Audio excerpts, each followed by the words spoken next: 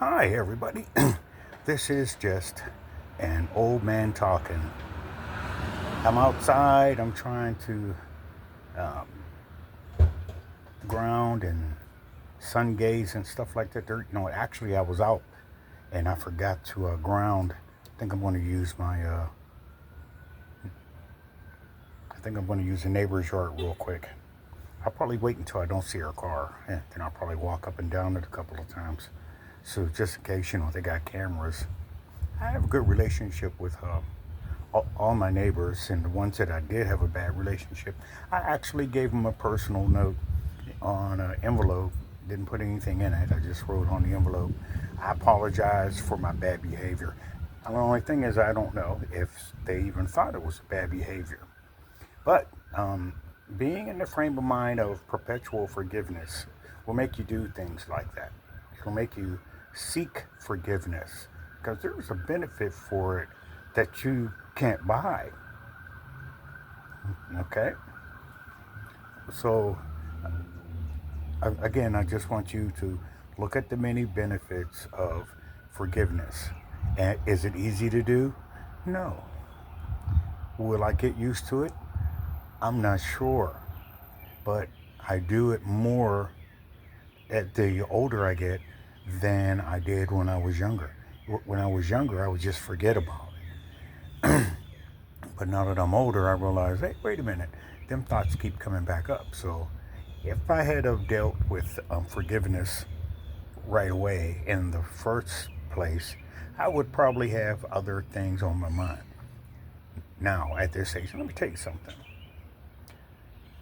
If you want to be thinking about the kingdom of heaven and stuff like that, if you want to see if you can see something in the kingdom of heaven or get a download or a heavenly message or something like that, it's going to be difficult and it's going to take you a long time to get something from above if you're preoccupied with things below, because these thoughts from the past basically are the ones that'll keep you from seeing your desires of the future. Okay? If you can, when you do your meditation or when you do your daydreaming and stuff like that, try to daydream and uh, look at today. Oh, okay? Um, Whatever your today is, I can prove it. Yesterday, I don't care how bad it was, and I don't care how good it was. 98% of what you thought was going to happen didn't. If what you thought was going to happen, you spent most of your thought process on trying to maintain what was going on, trying to be, like, say, present in the moment. Okay? The things that didn't happen, or the bad things, you basically just put a lot of information into your brain that never happened. What's the sense of being prepared for something that never happens? So, what you want to do is you want to prepare for what's happening and you want to get prepared for it while it's happening. Okay, so for example, if you get on a roller coaster ride, if you have a bad thought, it's going to be hard for you to enjoy that ride. Okay, if you think about it in the future, well, you kind of wasted being present and the benefit of actually being on the ride. Okay, so you guys are adults. Try to make it fit your situation. But I want you to spend all your brain power, all your spiritual power, no matter what's happening, particularly if you're not involved in it. Sirens going off, spaceships landing on the moon. Yeah, right. Um, all right, so don't be preoccupied with anything that doesn't have anything to do with you. Now, I'm not trying to tell you to be selfish. I'm just trying to tell you that's better than, number one, putting others, thinking of others first. All right?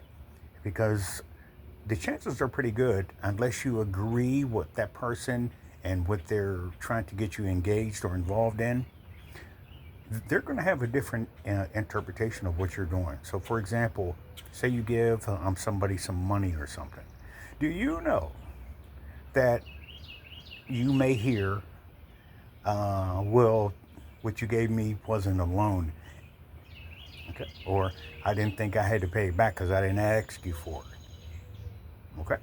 And I'm talking from experience. I can't necessarily say if I ever paid anybody back who ever gave me any money. Best case scenario is nobody ever gave me anything, okay? And if they did, I forgot about it. And the ones who did give you something, they're going to remind you. So, for example, you ever meet somebody in the store and they remember you from the sixth grade? You know, and you literally don't remember them. I just learned how to say now, hey, I don't remember. And let me tell you something. They'll proceed with that conversation from their memory, not yours. Then you can go backwards. You can probably remember them, or at least remember the time or something like that there. If you were so inclined, you could just leave it like that. Oh, yeah, I'm sorry, I don't remember you, but it's good to see you. You know, I'm glad that I didn't owe you any money from back then because you probably would have remembered. You know, try to make a joke out of it or something like that there. All right. But what you want to do is you want to keep moving. So, all right. So, there's some good news, bad news, scenario that I'm trying to share with you today is just spend time in the day. Okay. I was watching a video and I think it was a short video. Could have been from YouTube, could have been from Facebook, but I like to listen to smart people. I don't mind listening to jokers. I was a class clown before. I kind of get their motivation. I share that, but I share it as a constituent because I'm not a comedian. All right. If you want to know what a constituent is what you are for. And then after you accomplish that quest, then they go and be a constituent somewhere else. I heard a quote from some kind of Native American Indian or something, and he was trying to speak with a soldier who was trying to buy some land or something from him. And the man couldn't understand that, or the lieutenant or whatever couldn't understand, you can't buy this land, it's not my land. And it's not yours to take either. But one of the things he said, I'm getting two stories mixed up, sorry, so full stop on that one. There was a leader in a third world country, and America wanted them to do something for them. They wanted this company, this third world country, to do something for the United States. But the leader said, well, we don't like that particular company or government or anything. And the representative for the United States was like, well, they're our friends. And out of exasperation, the leader said, well, one thing with America is you assume that your friends are my friends. Okay, so you want to knock a lot of stuff off anytime you get an opportunity. And you'll be able to do that in the present. So, for example, if you put something off for the future, chances are pretty good you're going to, if you didn't write it down, this is just my example. If this doesn't pertain to you, don't worry about it. But it's a pretty good chance that you're going to forget about it. All right? Not unless it's something recurring. And if it's recurring, all right, well, of course, you'll probably do it. All right? So we want to avoid thinking about the future. All right? We want to avoid thinking about the past. All right? That's two no-nos. No more thinking about the past. No more thinking about the future. Now, you may still have feelings. I can't tell you how to get the feelings away. So, for example, if someone pissed you off before in the past, chances are pretty good they're going to piss you off in the future. All right, so I don't know how to help you with the level of disdain you might have for a person. I think the best case scenario is do what the Bible says. Return good for evil. Yeah, okay? And you're going to have to try that and see if it gets less. All right?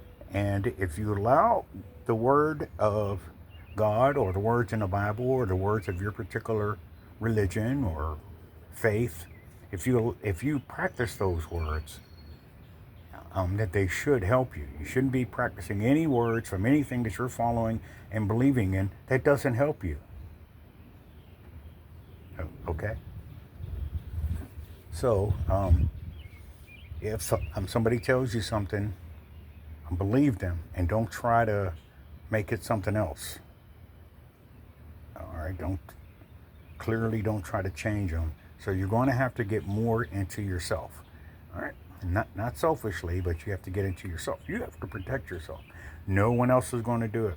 The only protection that you really have is grace and mercy that follows you all the days of your life. Now that's a guarantee. If you want to have, if you want to follow a guarantee as opposed to nothing certain in life but death and taxes, well, there are other things that are also true. And that is grace and mercy follows you all the days of your life. All right. So you may find that to be true if you're staying in the present. If you're not into your plans, if you're not, well, at least be in the plans that the Creator has written in certain books. I use the Bible, the King James Version one. He has plans for your life to give you a hope in the future. His thoughts are to prosper you. Okay, now those are better. So what you can do is each day, and you want to look forward to one of those three things or one of those four things, so you have to try to see them. All right? If you're going over something or if you're going through something, then what you want to do is you want to go over those four things. How is this prospering me? How is this, okay? And that'll keep you in the present. All right? So try to learn thoughts that'll keep you in the present. Affirmative statements are good, but positive thinking might kind of, if you're using it, fine. If it's working, fine. But if you're using positive thinking, it's going to be hard to use your positive thinking if you haven't tried anything else, because your positive thinking will be like you can't do any wrong. I'm just saying, it's just an example. I didn't plan on what I was going to say on that one. All right, so those are the things that I was thinking about as I was out and about today, and I wanted to share it with you guys. And I'm hearing a lot about the atmosphere is shifting and stuff like that there, and frequencies are changing and stuff like that there. Let me tell you something. You guys don't know this, but I can see you expressing some of the thoughts that I expressed in the past. Kind of like an oxymoron. I just told you don't think about the past, and I'm going to use some of my past thoughts as an example. But we used to sing praise and worship songs, and they had all the same messages that you guys are using now. So I'm very impressed, and I want to give kudos and shout outs to you young people who are picking up this mantle and being a watchman. Okay, and people your age are going to appreciate it, and us older people, we appreciate it as well. Okay, so that's pretty much all I have. I don't want this to be a long video. So keep the faith. That's one of my blessed dad's favorite saying. I didn't know what that was, but I did good with faith, keeping the faith. And I've had some astonishing accomplishments because I came from a family of seven, and how could I do any great thing coming from a family of seven, being financially and I'm challenged. I don't think that if you come from a family of seven, from a family that's I'm financially I'm challenged. If you didn't do good, I don't think anybody would blame you. If you wanted to lay down and take the count out, I don't think anyone would blame you. What do you have to look forward to if you grew up in that kind of environment? But fortunately for you, that there is something greater than you that's in control of your everyday. But you have to remember, whatever you feed, that's what lives. If you feed the negative, that's what's going to live. Okay? So this is where the positive thinking and stuff like that there might benefit you. Okay? Oh, boy. It's a little bit toasty outside. I came in here to light my cigarette. I'm like, oh, you know what? I think I'm going to stay under this AC for a minute. Holy moly. But over the winter months and the spring months, when I did my checkup after that, it turns out that I had a vitamin D deficiency. There was no sunlight, especially when you're I'm from my particular part of the woods. Hey, this might as well be London. Holy moly, that's full of fog or whatever it's full of. But I digress. So I don't mind. I'm sitting out in the sun. I have cleaned out my body and my intrinsic systems enough that my perspiration doesn't actually smell. Okay, so you may not understand that because you're stuck on, hey, I got to take a shower 15 times a week. I don't know. If you paid the water bill, I bet you wouldn't. But anyway, I digress. It's a matter of perspective, but there is stuff that you can actually take and eat and have in your environment that actually will keep your perspiration from smelling. And I do know that I had a perspiration problem in the past because one of my blessed grandmothers, you get two, and if your parents remarry and stuff, you might get more. But basically, you get two grandparents, two grandmas, two granddads. Right? And I had one. She was trying to recommend that I might want to try baking soda. But I want you to know that I had that kind of diet. That's the kind of stuff I would eat. And when it comes out, that's what it smells like. Okay? So, it is what it is. And plus, I have this thing. Thank you. Plus, I have this thing where I hate to clean out the shower because I don't care what I use. It just doesn't get as clean as I think it should be. I think if it's a white shower thing, once I clean it out, it should be white. But anyway, I digress. So, that's the good news and bad news scenario that I wanted to share with you guys today. Let's see how we start this.